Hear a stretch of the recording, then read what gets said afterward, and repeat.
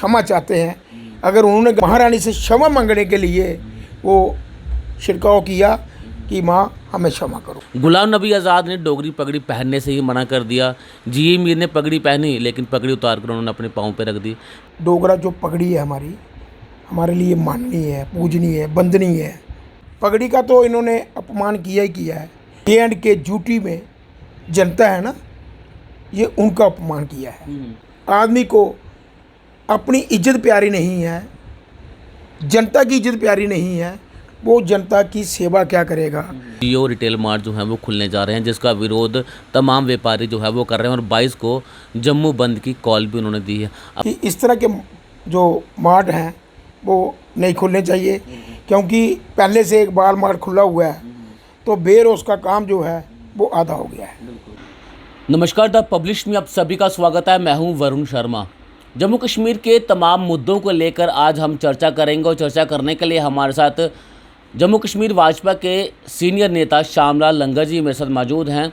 और जब जम्मू कश्मीर से धारा 370 और 35 को हटाया गया था, उसके बाद भाजपा ने जम्मू कश्मीर के लोगों को ये यकीन दिलवाया था कि अब जम्मू में जो है वो रोज़गार के नए नए अवसर जो है वो पैदा किए जाएंगे।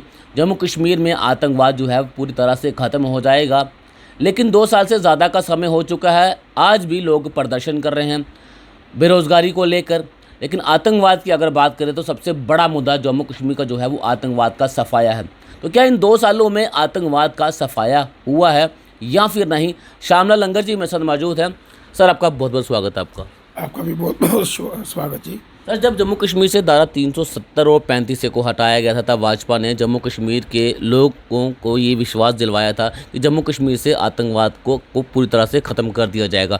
क्या लगता है कि इन 2 सालों में आतंकवाद का सफाया हुआ है?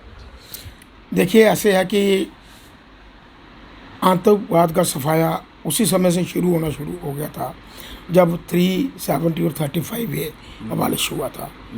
उसकी आड़ में कश्मीर के लीडर बहुत कुछ करवाते थे। सबसे बड़ा उस समय का आतंकवाद था पत्थरबाज। तो आप देखिए, आज कश्मीर के बच्चों के हाथों में कलमे हैं, पेन है, किताब है, पत्थर किसी के हाथ में नहीं है। सबसे पहले जो हमारी जीत हुई है इस पार्टी की, भारतीय जनता पार्टी की, कि कश्मीर के अंदर पत्थर जो था वो बंद हो गया। उसके बाद तकरीबन 98% जो है मिलिटेंसी का सफाया हो गया है। कहीं कोई लोकल एक आधा कोई रह गया होगा, उसका भी सफाया बड़ी जल्दी हो रहा है। वो दिन दूर नहीं है कि जिस दिन से हमारी यूटी J&K जो है मुक्त आतंकवाद होगी, वो दिन दूर नहीं है। लेकिन श्यामलाल जी, आपने ये कहा कि 98% तक आतंकवाद ख़त्म हो चुका है, लेकिन रोज़ाना वहाँ पर आतंकवादी जो है वो मासूम लोगों की वहाँ पर हत्या कर रहे हैं। अब भाजपा के कितने नेताओं की वहाँ पर हत्या कर देगी, एक सब इंस्पेक्टर को वहाँ पर शहीद किया गया।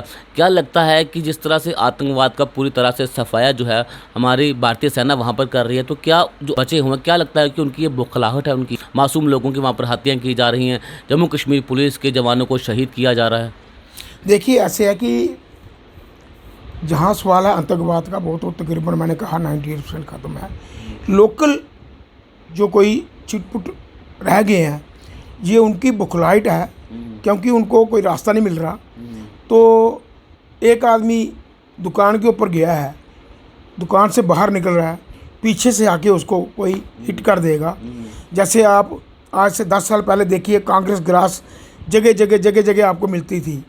तो जब लोगों ने उसको उखाड़ना शुरू किया तो ख़त्म होना शुरू होगी। तो ख़त्म होने के बाद अभी भी छिटपुट कहीं कहीं मिलती है। तो यही वो सिस्टम है मिलिटेंसी का भी। तो ये भी तकरीबन खात्मे पे है।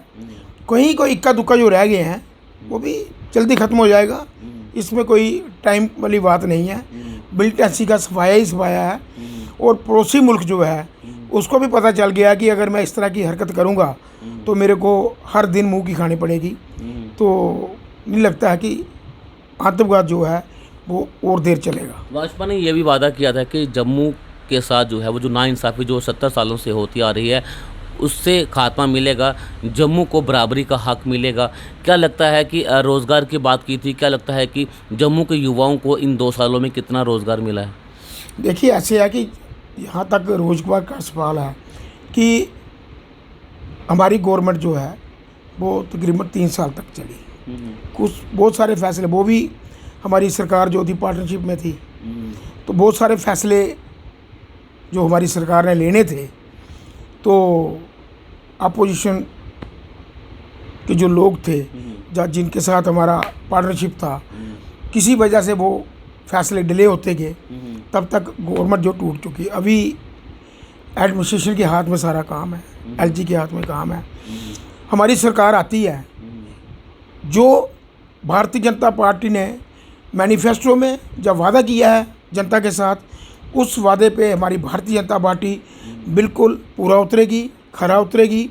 और जो लोगों के साथ वायदे किए हमने, वो वायदे हम बिल्कुल कंप्लीट पूरे करेंगे। जैसे कि हमने लोगों के साथ वायदे किए थे, चिनैनी से नासिर टनल देना, बनाल से काजीकुंड टनल देना, जुजीला पास से आगे जोड़ना, वहाँ भी टनल दे रहे हैं। फ्लाईओवर का काम है, रिंग रोड का काम है, 2 एम्स दिए गए हैं। जब से सरकार हमारी भारतीय जनता पार्टी आई है, उसी के टाइम 2 एम मिले हैं ना J&K में, और आप देख लो कितनी स्पीड में काम चल रहा है एम्स का। IIT कॉलेज दिए हैं, IIM दिया है, गंडोले दिए हैं। बहुत सारी जो काम है बड़ी स्पीडली चल रहे हैं। अगर इतने वर्क चल रहा है, इतना काम चल रहा है, तो उसमें भी तो सरकार ने एम्प्लॉयमेंट दी है ना, उसमें भी तो हमारे लोग काम कर रहे हैं। रही छोटी मोटी बात जो कहीं जो पिछली सरकारों ने गलती की है, उसको दुरुस्त करने की बात है। जैसे हमारी सरकार आएगी, उस गलतियों को हम दुरुस्त करेंगे। हम जब तक राहुल गांधी का जम्मू दौरा हुआ था, और जम्मू पहुंचते उन्होंने श्री माता वैष्णो देवी के वहां पर दर्शन किए, लेकिन युवा भाजपा के जो कार्यकर्ता थे वो कटरा पहुंचते हैं और गंगा जल का छिड़काव करते हैं और कहते हैं कि राहुल गांधी की आने की वजह से जो है वो कटरा नगरी जो है अपवित्र हो गई। आप कितना जायज़ मानते हैं कि राहुल गांधी आए और आपने वहाँ पर गंगा जल से वहाँ पर छिड़काव किया और बोला कि अब कटरा नगरी जो है वो पवित्र होगी? देखिए ऐसे है कि ये एक साइन होते हैं। जैसे कि राहुल गांधी जी ने कहा कि सिंबल साक्षात महारानी वहाँ बैठी हुई है, पूरा भारतवर्ष महामाई को पूजता है। सुबह उठ के पूरे भारतवर्ष में और फॉरेन में भी उठ के माँ के दर्शन करते हैं लोग। तो वहाँ पे उनको कहा जा रहा सिंबल, फिर ये कहा जा रहा कि माता की शक्तियाँ कम हो रही हैं, फिर ये कहा जा रहा कि जो लक्ष्मी माता जी हैं ये तो लक्ष्य पूरा करने के लिए है। ये जिस आदमी को ये समझ ही नहीं है, जिस आदमी ने दर्शन ही नहीं किए माता रानी के, जिस आदमी ने माता रानी का नाम ही नहीं लिया, तो उसको क्या पता है कि माता रानी की महारानी की क्या शक्ति है। पूरी J&K को, पूरे भारतवर्ष को, आपको पता है कि जब शाम को वहाँ पे आरती होती है तो वहाँ पे बोला जाता है भारतवर्ष महान हो, बोला जाता है ना।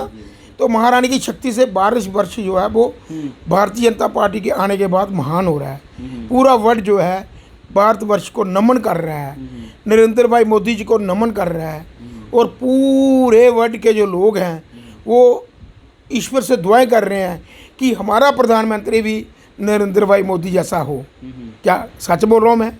कह रहे ना ऐसा लोग, जो जनता, आप मीडिया में देखिए, आप मीडिया वाले हो, 50 जगह मैंने ये सुना है, पाकिस्तान भी बोलता है, पाकिस्तान की जनता बोलती है, फॉरेन की और एक काफ़ी सारे फॉरेन के जो जगह हैं वहाँ के लोग बोलते हैं कि काश हमारा प्रधानमंत्री नरेंद्र भाई मोदी जैसा हो।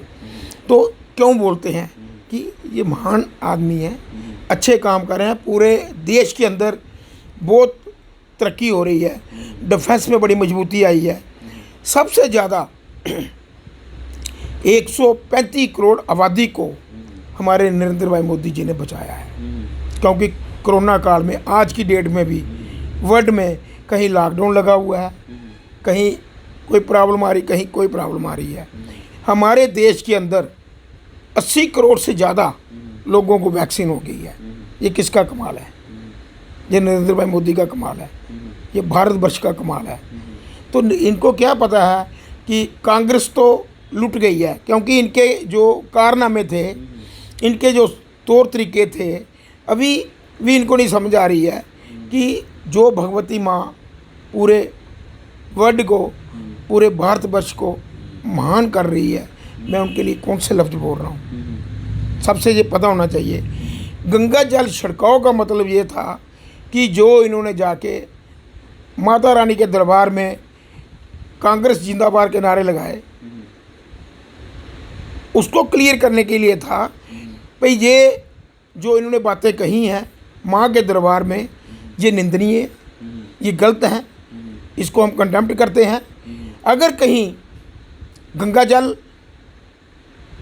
पानी को, गंगा जल जो है हमारे लिए जो जल है वही गंगा जल है, वहाँ से हमने कटरा से ही गंगा जल लिया, वो वहाँ पे छिड़काव कर दिया। भाई जो महारानी भगवती माता, वैष्णो माता, जो इन्होंने गलत लफ्ज कहे हैं, आपको सिंबल कहा है, उसके लिए हम माफ़ी चाहते हैं। और ये जल को गंगा जल हम मान के ये छिड़काव करके तो हम आपसे क्षमा चाहते हैं। अगर उन्होंने गलती की है तो इसके लिए क्षमा हम चाहते हैं, क्योंकि माँ जग जननी है, पूरे भारतवर्ष की माँ है, जन जन की माँ है। आपको पता है कि पाकिस्तान से भी लोग दर्शन करने के लिए आते हैं, किसी भी कम्युनिटी के लोग हों वो सब वैष्णो माता जाते हैं। कश्मीर से लोग आते हैं वैष्णो माता जाने के लिए, हर इंसान पूछता है। तो फिर इस तरह के आप शब्द जो कहे गए, उसके लिए हमने एक महारानी से क्षमा मांगने के लिए वो छिड़काव किया कि माँ हमें क्षमा करो। राहुल गांधी जी ने जम्मू में एक रैली को संबोधित किया जिसमें तमाम कांग्रेस के कार्यकर्ता वहां पर मौजूद थे। तो जब उन्हें सम्मान दिया गया, जब डोगरी पगड़ी उन्हें पहनाई गई, लेकिन राहुल गांधी ने वो पगड़ी 5 से 10 सेकंड अपने सिर पर पहनी होगी, उसके बाद उतार के जो है वो अपने लोगों को दे दी। गुलाम नबी आज़ाद ने डोगरी पगड़ी पहनने से ही मना कर दिया। जी मीर ने पगड़ी पहनी, लेकिन पगड़ी उतार कर उन्होंने अपने पाँव पे रख दी। क्या लगता है कि कितना अपमान हुआ है उस स्टेज पर जब उन्होंने सम्मान दिया गया, डोगरी पगड़ी पहनाई गई, लेकिन उन्होंने डोगरी पगड़ी का अनादर किया? देखिए, ऐसे है कि मैंने पहले भी आपको कहा, हर एक चीज़ में नॉलेज होनी चाहिए। ये डोगरा जो पगड़ी है हमारी, हमारे लिए माननीय है, पूजनीय है, वंदनीय है। हम वंदना करते हैं जब सिर पे पगड़ी रखते हैं ना, तो जब लड़की किसी के घर देनी होती है ना तो हम पगड़ी रखते हैं, इतना सम्मान होता पगड़ी का। ये पगड़ी का तो इन्होंने अपमान किया ही किया है। जो इस JNK यूटी में जनता है ना, ये उनका अपमान किया है। क्योंकि चाहे कश्मीर हो, चाहे पुंछ हो, चाहे मेंढर हो, चाहे किश्तवाड़ वाली बेल्ट हो, भद्रवाह वाली बेल्ट हो, जहाँ पे मैक्सिमम डोगरे बसते हैं। कश्मीर के अंदर भी लोग आज भी पगड़ी पहनते हैं और पगड़ी का सम्मान करते हैं। पगड़ी को बड़े जब पहनते हैं ना तो हाथ धो के साफ करके पगड़ी को उठा के सिर पे रखते हैं कि ये हमारी एक रिस्पेक्ट है, इज्जत है, मान है। तो जिस आदमी को अपनी इज्जत प्यारी नहीं है, जनता की इज्जत प्यारी नहीं है, वो जनता की सेवा क्या करेगा, जनता के अंदर लीडरी क्या करेगा। बड़े दुख से कहना पड़ रहा है आज कि गुलाम नबी आज़ाद जी डोगरा बेल्ट से हैं, उन्होंने इस तरह का कर्म किया। बड़ा कंटेम्प्ट लेवल, और मैं निंदा करता हूँ उस चीज़ की कि उनको भी ये समझ नहीं आई भाई ये डोगरा सम्मान है, ये डोगरों की पगड़ी है। ये नहीं पता था कि वो डोगरा पगड़ी जो है वो सिर पे पहनते हैं या फिर घुटनों में पहनते हैं, उनको तो पता ही नहीं है उनको। तो पगड़ी को उतार के पाँव में रख देना बहुत बड़ा पाप है। जो ये कांग्रेस पार्टी कर रही है, इनको आए दिन भगवान की तरफ से ही कोई समझ नहीं आ रही है कि ये पगड़ी जो है हम सम्मान के लिए, मान के लिए पहनते हैं। इतनी सभा के अंदर जब पगड़ी पहनाएगी, इनको उस पगड़ी की इज्जत करनी चाहिए थी, बिल्कुल वंदना करनी चाहिए थी। बिल्कुल आपने सही कहा कि इज्जत करनी चाहिए थी। एक और जम्मू से जुड़ा हुआ मुद्दा जो है वो अभी चर्चाओं में है जम्मू में 100 से ज़्यादा जो है वो जियो रिटेल मार्ट जो है वो खुलने जा रहे हैं, जिसका विरोध तमाम व्यापारी जो है वो कर रहे हैं और 22 को जम्मू बंद की कॉल भी उन्होंने दी है। अब किस तरह से देखते हैं, अगर ये रिटेलर मार्ट जो है वो अगर जम्मू में खुलते हैं तो व्यापारी वर्ग को कितना नुकसान झेलना पड़ेगा? देखिए, ऐसे है कि मैं एडमिनिस्ट्रेशन से रिक्वेस्ट करता हूँ, अपील करता हूँ कि अगर इस तरह का कोई भी स्टोर खोलने हो, कश्मीर भी है, बिल्कुल। पहले आप कश्मीर में खोलिए, फिर उसके बाद जम्मू का नंबर लगाइए। अगर रेशो रखिए, कश्मीर में अगर एक नहीं खोलोगे आप तो जम्मू में आप इस तरह के स्टोर खोलोगे तो हमारा व्यापारी जो है वो कहाँ जाएगा। मैं इंडस्ट्री एंड ट्रेड सेल का कन्वीनर हूँ। मैं भारतीय जनता पार्टी की तरफ से अपने एलजी साहब को रिक्वेस्ट करता हूँ, इस पे गौर करें। ये जो स्टोर हैं, 100 स्टोर तो नहीं है, ये हो सकता है 5-7 स्टोर जो खुलेंगे, मगर 5-7 स्टोर भी जो है हमारे व्यापारी भाई के लिए नुकसानदायक है, क्योंकि 1.5 साल में पहले ही हमारे व्यापारी भाइयों ने बहुत सारा नुकसान उठाया है। कोविड काल में दुकानें बंद रही, माल ख़राब हो गए, बिजली के किराए देने पड़े, बैंकों के इंटरेस्ट देने पड़े, एम्प्लॉयमेंट देनी पड़ी, जो मुलाजिम थे उनको तनख्वाहें देनी पड़ी और घर बैठ के खर्चे किए। पहले ही हमारा शहर जो है वो बड़ी दुविधा में है। तो मैं आपके माध्यम से एडमिनिस्ट्रेशन को, एलजी साहब को रिक्वेस्ट करता हूँ कि अगर ये वो भी वीडियो देखें तो मेरी रिक्वेस्ट को मंजूर करें कि इस तरह के जो मार्ट हैं वो नहीं खुलने चाहिए, क्योंकि पहले से एक बाल मार्ट खुला हुआ है तो बेरोज़ का काम जो है वो आधा हो गया है, क्योंकि इकानमी तब भी पैदा होगी जब जितना ज़्यादा बिजनेस चलेगा। अगर ये बाल मार्ट आगे लोकल व्यापारी जो हैं ये सारे हाथ में हाथ रख के बैठ जाएंगे तो बड़ा मुश्किल है कि, और हमारा कितना दुकानदार है, कितनी एम्प्लॉयमेंट दे रहा है, इंडस्ट्री हमारी कितनी एम्प्लॉयमेंट दे रही है।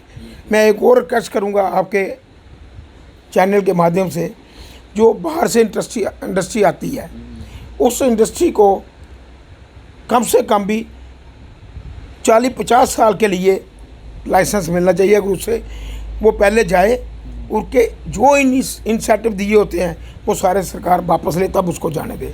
बाहर से इंडस्ट्री आती है, 10 साल में इंसेंटिव लेते हैं, यूटी को, J&K को लूटते हैं, वापस चले जाते हैं। तो ये चीज़ें जो हैं ये हमारी स्टेट के लिए, हमारी यूटी के लिए, हमारे J&K के लिए बहुत नुकसानदायक है। इस पे एडमिनिस्ट्रेशन को गौर करना चाहिए और जहाँ का जो व्यापार है, जहाँ का जो शहर है, इसको फलता फूलता ही रहना देना चाहिए। चलिए, बहुत शुक्रिया शामिल बातचीत करने के लिए। तो साफ तौर से इन्होंने भी यही मांग की है कि जो जम्मू में रिलायंस जियो रिटेल मार्ट खुलने जा रहे हैं, इसका भाजपा के सीनियर नेता श्यामलाल लंगर जी ने विरोध किया है। जम्मू कश्मीर प्रशासन से भी ये गुजारिश की है कि इस तरह के मार्ट जम्मू कश्मीर में ना खोले जाएं, ताकि जो आम जो व्यापारी है उसे नुकसान ना झेलना पड़े। बने रहना पब्लिश के साथ। धन्यवाद।